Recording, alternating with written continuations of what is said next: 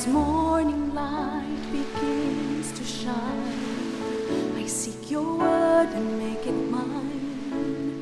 In quiet moments, faith is born.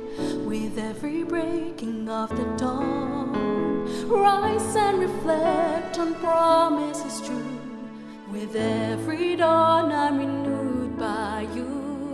Guided by grace, strengthened by love, your light leads me from above. Your word, my hope, my guiding way. In you I find strength each day. Through trials and fears I trust and rest. In your wisdom I am blessed. Rise and reflect on promises true. With every dawn I'm renewed by you. Guided by grace, strengthened by love, your light leads me from above.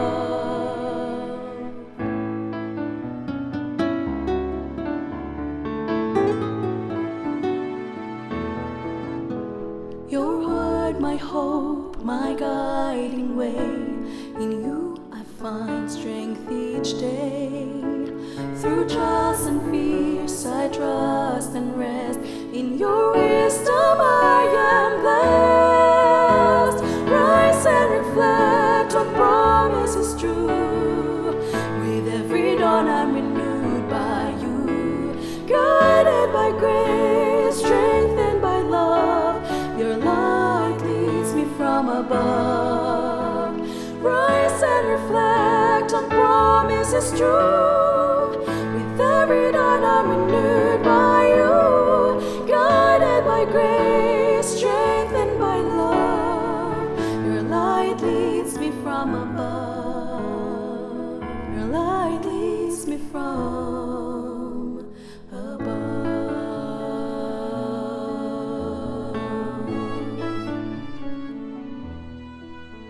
Isang maligayang umaga muli kaibigan. Tayo po ay nagbabalik dito sa ating palatuntunang Rise and Reflect. Tayo po ay nagpapasalamat sa inyo na nakatune in ng maaga dito sa atin pong himpilan, Adventist World Radio Manila 89.1 FM. At sa mga sumusubaybay naman po sa ating Facebook page, magandang umaga din po sa inyong lahat.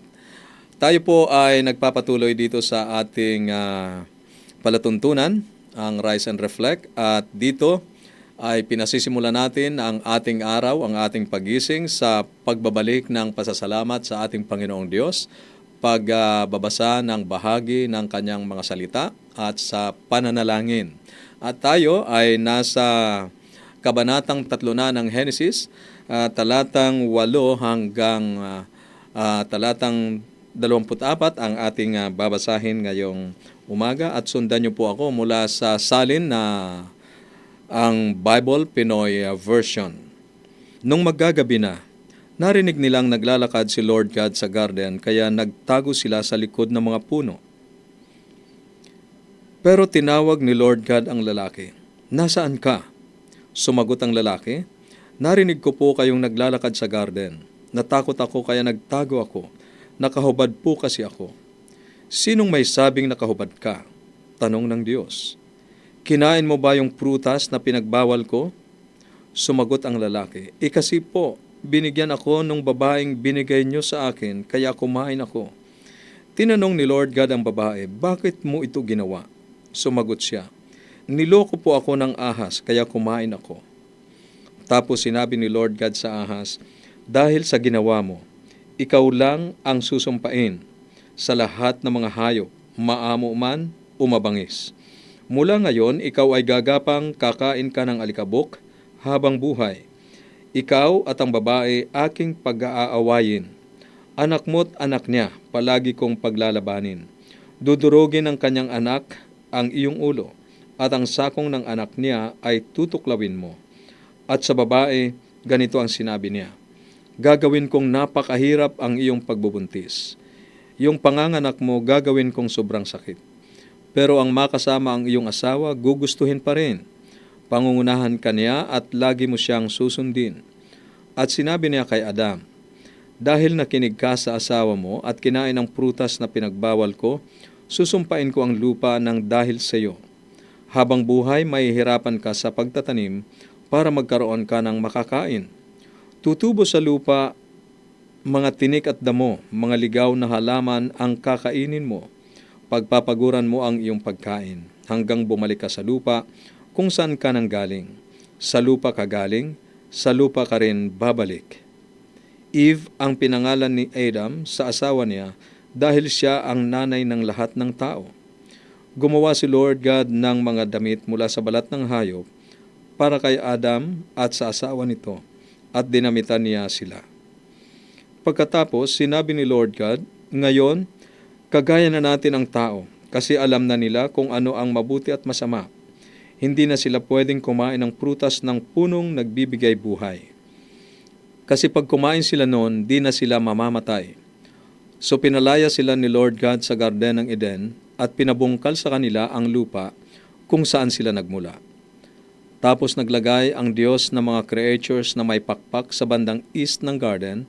Naglagay din siya ng isang nag-aapoy na espada na umiikot sa lahat ng direksyon para walang makalapit sa puno na nagbibigay buhay.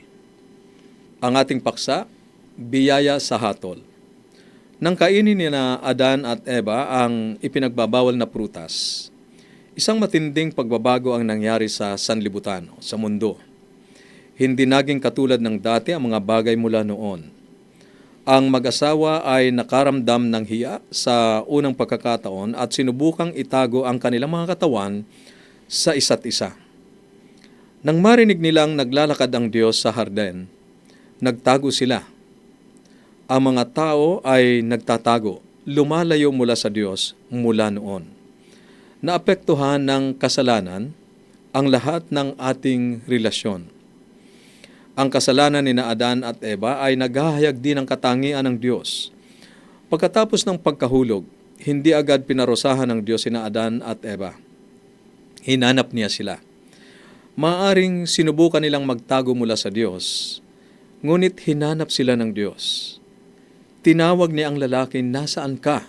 Sa talatang 9. At tinanong niya ang babae, ano itong ginawa mo? Sang-ayon sa talatang 13. Siyempre alam ng Diyos ang kanilang ginawa at alam din ng Diyos kung saan sila naroon. Ngunit sa pagkakataong ito ay ipinakikita sa atin na binigyan sila ng Diyos ng pagkakataong ipagtapat ang kanilang kasalanan. Kaibigan, ng biyaya ng Diyos ay nakita rin sa kung paano niya pinaglaanan sina Adan at Eva. Pinalitan niya ng mga saplot na gawa sa balat ng hayop ang kanilang pinagtagni-tagning dahon sa pagtatangkang takpan ng kanilang sarili. Kitang-kita rin ang katarungan ng Diyos sa salaysay na ito. Siya ay nagpahayag ng paghatol sa ahas, sa babae, at sa lalaki. Magiging mahirap ang panganganak. Magkakaroon ng tensyon sa relasyon ng mag-asawa. Ang trabaho ay magiging mahirap at puno ng mga hadlang. Ang kamatayan ay hindi maiiwasan sa talatang 11. Ngunit kahit na sa paghatol, kaibigan, ang biyaya ng Diyos ay nagliliwanag.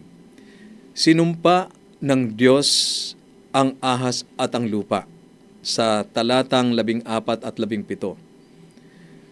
Sinabi rin niya sa lalaki, dahil naniwala ka sa asawa mo at kumain ng bunga ng punong kahoy na ipinagbabawal ko sa inyo, susumpain ko ang lupa.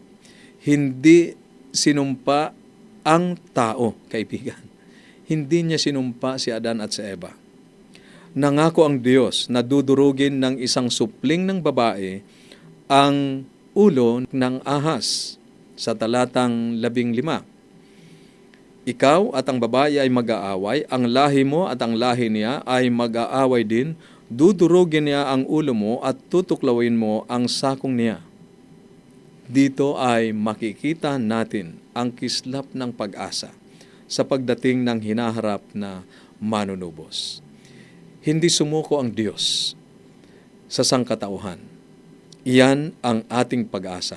tutubusin ng lahi ng babae na tumutukoy sa mga mananampalataya at nangako rin ng Diyos na nagpahayag ng ganap na paghatol sa ahas.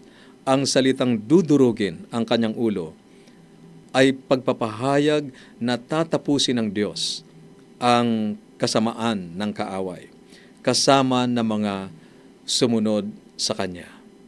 Kaibigan, ang pangako ay ibinibigay ng Diyos. Ang tinatawag na unang ebanghelyo sa Henesis, Kabanatang 3, Talatang 15.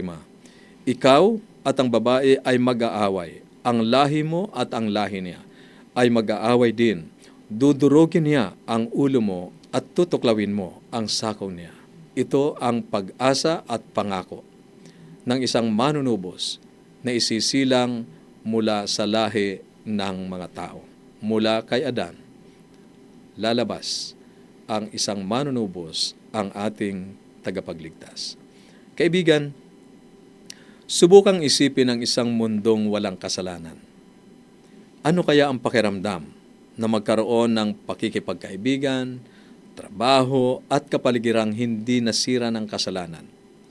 Para sa iyong mga comments and reflection, maaari kang tumawag o mag-text sa 0917-1742-777. 0917-1742-777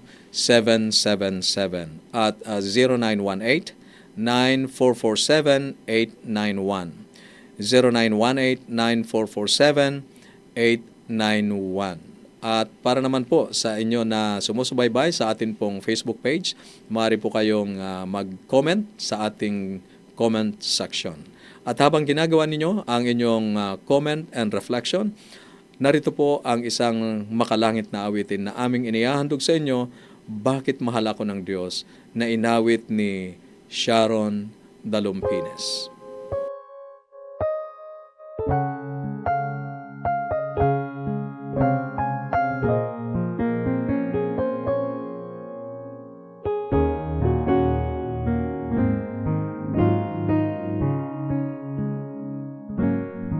Sa panahon ng aking kabataan,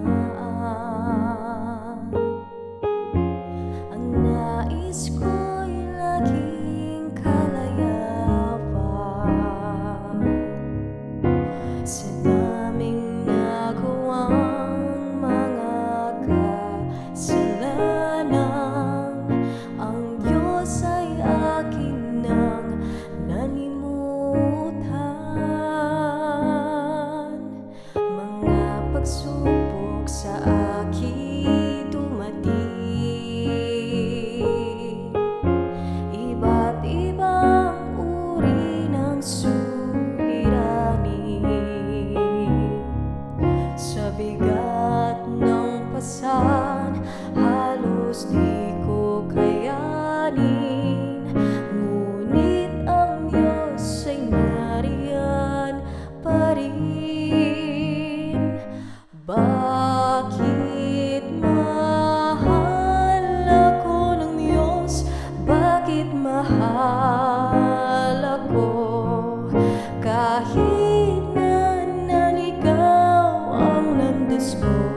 Bakit mahal ako ng Diyos? Bakit mahal ako? Binago niya ang buong buhay ko. Mga pagsubok sa akin dumating, iba't ibang uri ng suliranin. Sa bigat ng pasan, halos di ko kayanin. Ngunit ang Diyos ay nariyan pa rin. Bakit mahal ako ng Diyos? Bakit mahal ako? Kahit na naligaw ang landas ko. Bakit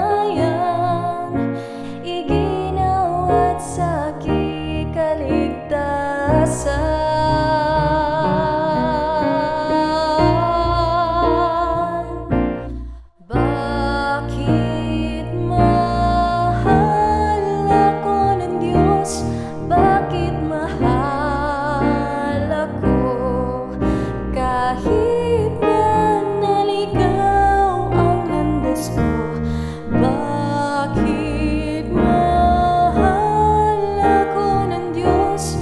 Bakit mahal ako? Pinako niyang buong buhay ko. Pinako niyang buong buhay ko.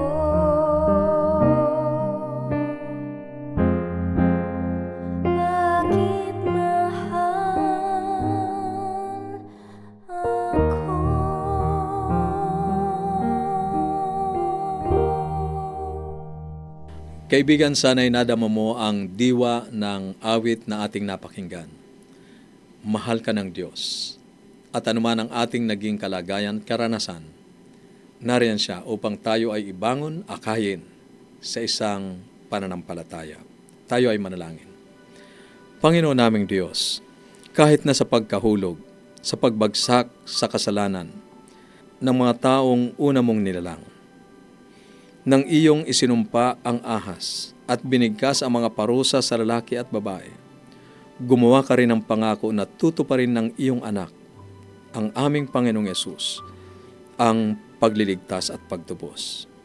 Pagkatapos na pumasok ang kasalanan sa mundong ito, nangako ka, Panginoon, na darating ipapanganak mula sa lahi ng tao ang isang tagapagligtas. Salamat po, dakilang Ama, sa iyong kahabagan at pag-ibig niyo sa amin, sa labis ninyong pagmamahal, upang kami ay magkaroon ng kaligtasan. Ngayong umaga, akin din pong itinataas sa inyong banal na harapan ang mga kaibigan namin na mayroong mga sari-sariling mga pasanin sa buhay. May mga pangangailangan na kailangang matustusan ang kanilang pamilya, ang kanilang kabuhayan at ang kanilang kalusugan. Ipinapakiusap ko po, dakilang Diyos, na kayo ang patuloy na magbigay ng pagpapalang kinakailangan para sa kanila upang ang mga pangangailangang ito ay mapunuan. Ipinapakiusap ko rin at dinadalangin ang pag-iingat ng mga piling anghel sa amin pong pagtatrabaho sa buong maghapong ito. Ilayo niyo po kami sa anumang panganib at aksidente. Ito po ang aming hiling at dalangin sa pangalan ng aming tagapagligtas na si Jesus. Amen. Amen. Maraming salamat muli, kaibigan, sa iyong pagsubaybay dito sa ating palatuntunan, ang Rise and Reflect. At para po sa mga aklat na aming ipinamimigay, ito po ay libre. At ganun din po sa ating Bible Study Guide, ang Explore, mapapasa inyo ang kopya ng Bible Study Guide na ito. Kung inyo pong ipapadala ang inyong kompletong pangalan at address sa atin pong mga numero na aking babanggitin sa 0917-1742-777. 0917-1742-777 at sa 0918-9447-891.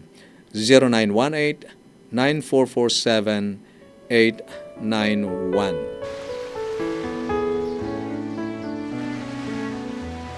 As morning light begins to shine, I seek your word and make it mine. In quiet moments, faith is born. With every breaking of the dawn, rise and reflect on promises true. With every dawn, I'm renewed by you. Guided by grace, strengthened by love, your light leads me from above. Your word, my hope, my guiding way. In you I find strength each day. Through trials and fears I trust and rest. In your wisdom I am blessed. Rise and reflect on promises true. With every dawn I'm renewed by you. Guided by grace, strengthened by love, your light leads me from above.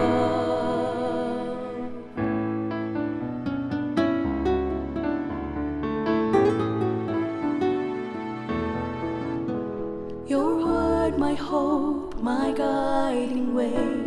In you I find strength each day.